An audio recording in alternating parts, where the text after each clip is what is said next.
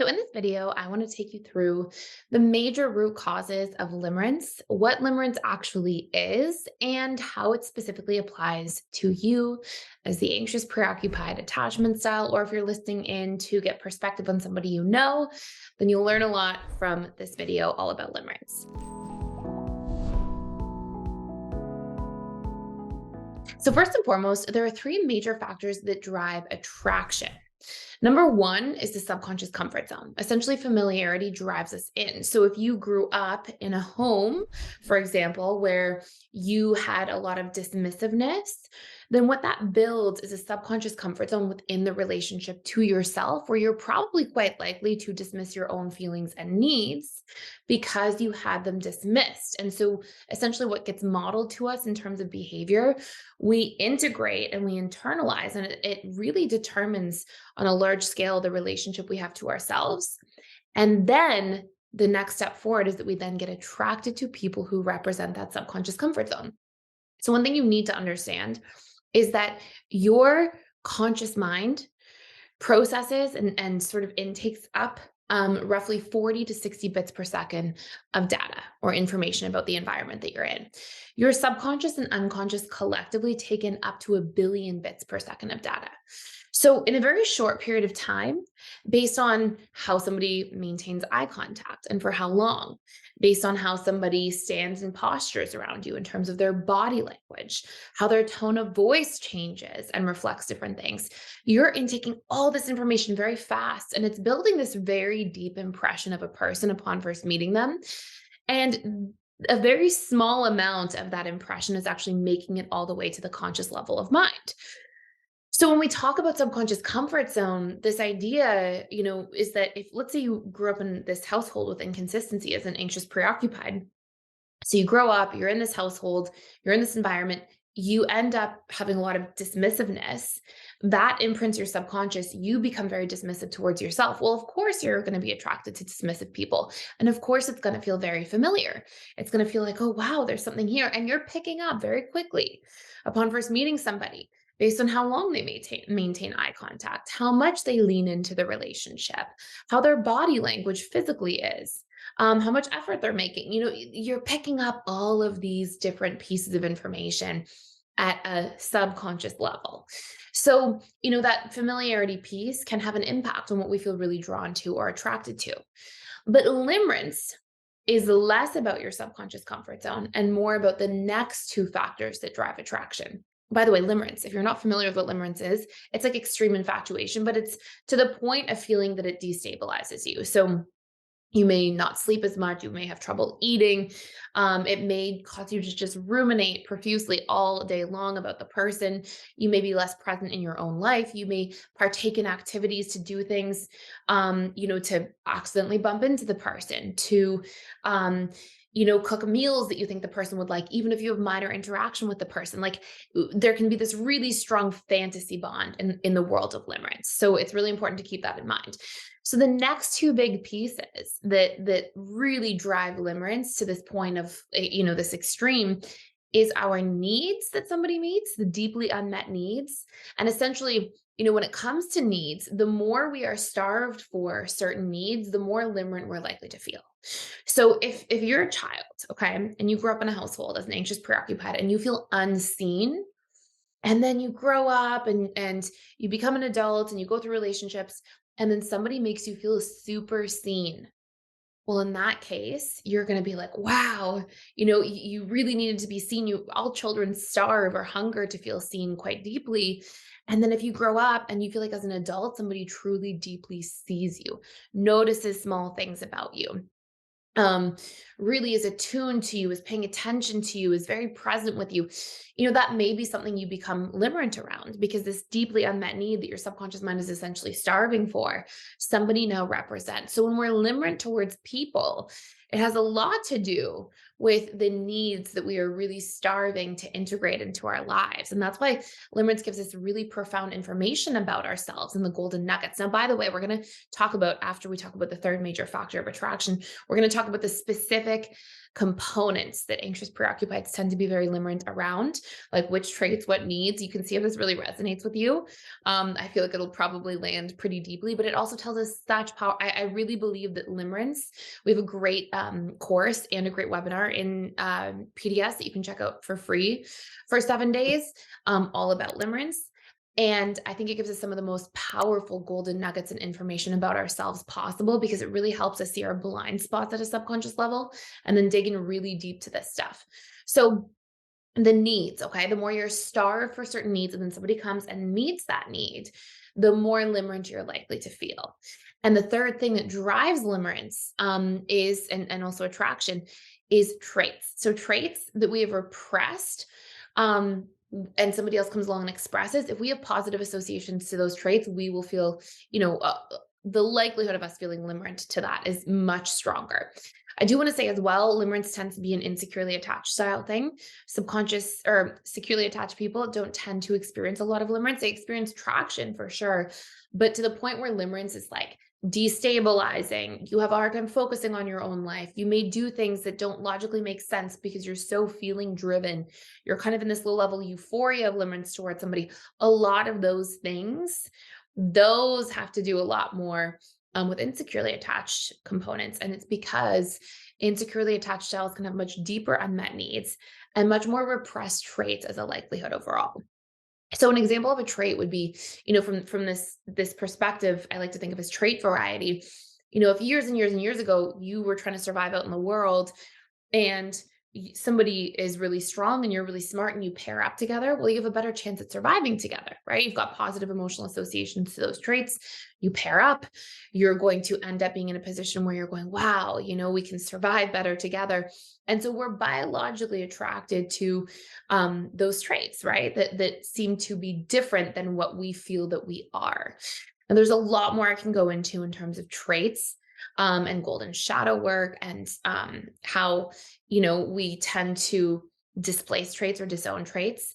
That may be a topic for another time, but essentially we can disown traits perceptually. We can be conditioned to believe we aren't a trait.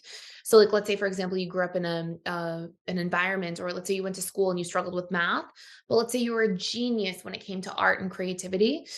Well, you may have conditioned yourself to believe that you're not smart. And it's not true that you're not smart. You just may struggle at math, but your genius is here in the creativity component. Just like somebody who may be amazing at math may not be as smart when it comes to creativity and creative skills.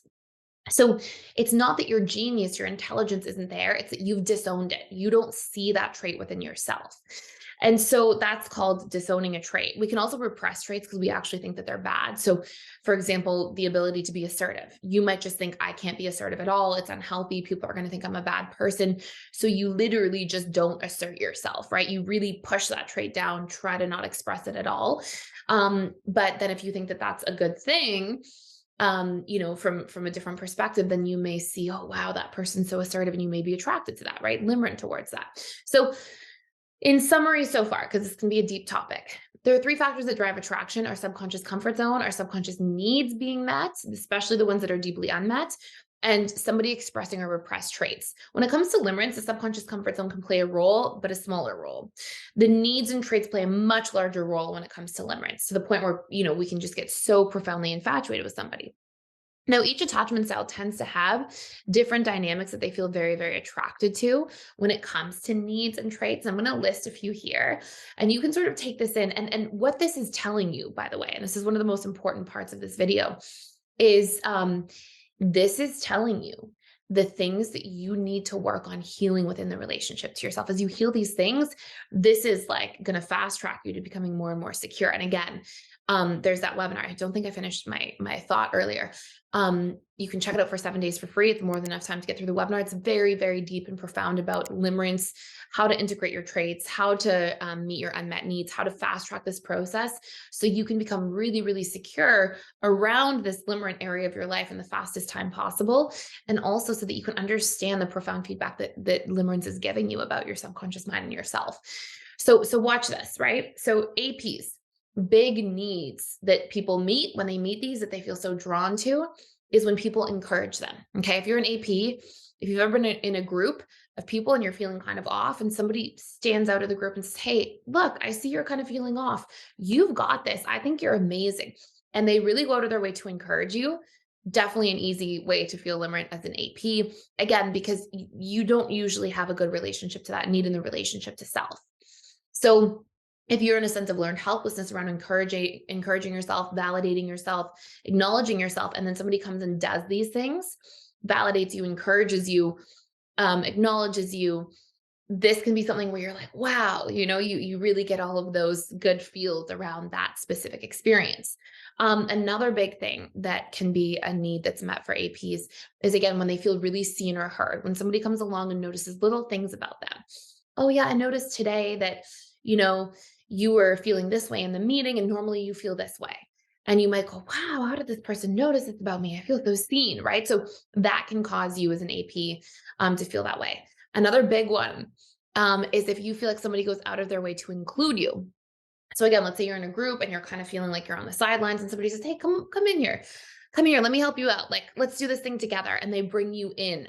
That can be a huge thing for anxious preoccupieds that can cause them to feel limerent. Another really big one, probably one of the biggest ones for APs in terms of needs, is if somebody is looking out for you, having your back, protecting you, sticking up for you. Okay. If they meet that need, that can be massive for an anxious preoccupied. To feel protected by somebody, that can be something they really infatuate with very strongly. Another big one for APs is if they feel like they are made to feel wanted, important, special, worthy. Somebody gives them a sense of certainty. All of these different things can really cause an AP to really light up. So these are some big ones. There's definitely some other ones, but I'll leave it at that for now because that's a lot to get started with. And what this is essentially telling you when it comes to needs is that you usually are not meeting these needs in the relationship to self. And so your subconscious is hungering for this. And then when somebody brings this to you from the outside, we want to hold on really tight to that because it represents this underlying need being met. Now, when it comes to traits, okay, some traits that APs often have disowned that they feel so attracted to in other people. Number one, confidence. And when somebody's expressing a lot of confidence, because APs can be really hard on themselves in their internal dialogue and self-doubting and put themselves down, when somebody is expressing that confidence from a trait variety perspective, right? Like we talked about earlier, where if somebody's smart and strong and they pair up together, they have a greater chance at surviving. If you're not feeling confident and you pair up with somebody who's more confident, it actually feels at a subconscious level like you've got a greater chance of surviving, evolving, being okay, growing, staying stable, having a sense of certainty. So there's this dynamic of feeling really drawn to that. Another big one is a sense of aloofness for APs. And why? Well, because aloofness is this sort of like, I don't care what people think kind of attitude. And again, APs tend to really hyper care what people think, right? They've built their personality at a subconscious level to be able to adapt to what people think, sometimes be a bit of a chameleon in different social settings or situations, but often it's at the expense of themselves, right? They're often people pleasing everybody else. And so this idea that somebody could just care less about what other people think or couldn't care less, I think is the proper expression. That is where, APs can just feel so drawn to that, kind of like mesmerized by that. Other things like being very independent or autonomous, right? Being very assertive, expressing a lot of ambition, right? Having a really strong sense of self. All of these dynamics tend to be things that APs have repressed to try to gain connection and attachment in order to gain survival. And those early program components start in childhood. So these things really deeply draw you to other people. And as an AP, you may see that when people are expressing these things, you're like, wow, I just want to be around this person. Or, your subconscious mind also can feel like, okay, if I attach to this person, then I am also these things. Because their subconscious also defines a sense of self through the things that we are attached to. Hence why people get really attached to their material belongings or their car or their house. And they use that to sort of formulate their sense of self at a subconscious level. So when we do that with people, we are also trying to attach to these traits that we believe to be ourselves as we attach to these things subconsciously. So you'll see, there's many more traits, but these are a good place to start. So the things that you are in limerence with others, and the things that you are so infatuated with, so attracted to that you just can't eat, can't sleep, all these different dynamics. These represent unmet needs in the relationship to yourself at a subconscious level and repressed traits. Now, there's something called trait integration. It's a form of shadow work. It's really golden shadow work, and we go through it. And we have a limerence course and a limerence webinar. Either one, they both have all the tools for integrating these traits. And then also learning to meet your own needs. And I know APs don't really love to learn to meet their own needs, but it is literally a necessity in order to become securely attached. Because the problem is that when we don't meet our own needs, what essentially happens is it's like you have a hole in your bucket, if you can imagine it this way. So somebody comes in, they meet your needs for you, and it feels so good to get the need met by somebody else. And as the substance is going through the bucket, let's pretend the water is going through the bucket. It feels so, oh my gosh, my bucket's being filled. And then it pours right back out the bottom. And then you hunger for more, hunger for more, hunger for more. And the reason is because our own subconscious mind has a difficult time receiving and letting it land and sit with us, like actually truly taking in things that we are in opposition to in the relationship to ourselves, because the subconscious mind sees these things as unfamiliar and unsafe. Because anything that's unfamiliar, the subconscious wants to reject because it sees familiarity as safety and thus survival. And at the end of the day, your subconscious mind is very wired for survival. So you can get into this position where, you hunger for something, it goes in your bucket, you're like, wow. And then it goes right back out. And then you have to go back and try to attach or get closer for more. Whereas when you learn to meet your own needs and integrate some of your own traits, what ends up taking place is you have a stronger sense of self. You feel more confident, more grounded and rooted, more worthy of receiving. And then when you do receive from people, it stays in your bucket. Like it actually sits there for a much, much longer period of time. And so it allows you to properly receive, and it diminishes the anxiety as an anxious, preoccupied attachment style, because you are primed to receive from others because you've allowed your subconscious comfort zone to expand out and to be in a place where you can meet your own needs in the relationship to self. So now when other people meet your needs, it also feels familiar, it feels safe. Whereas in the past, it will just leak right back out the bottom because you haven't created a subconscious comfort zone in relationship to self first. So I can't express how important that is on the path to becoming securely attached. I know this video is getting a little long, so I'll leave it at this for now. Hopefully, this makes a whole lot of sense. Limerence is a really powerful topic for helping you understand. And then what you really want to do is learn to meet your own needs, learn to integrate these traits, really like see where you also have these traits, but also practice expressing them more and more. And again, if you want to do a deeper dive, the course is like an hour and a half long. You can rifle through it, get a ton done, really integrate that stuff. And you can use the link down below to access it. So that is it for today. I hope this makes a whole lot of sense.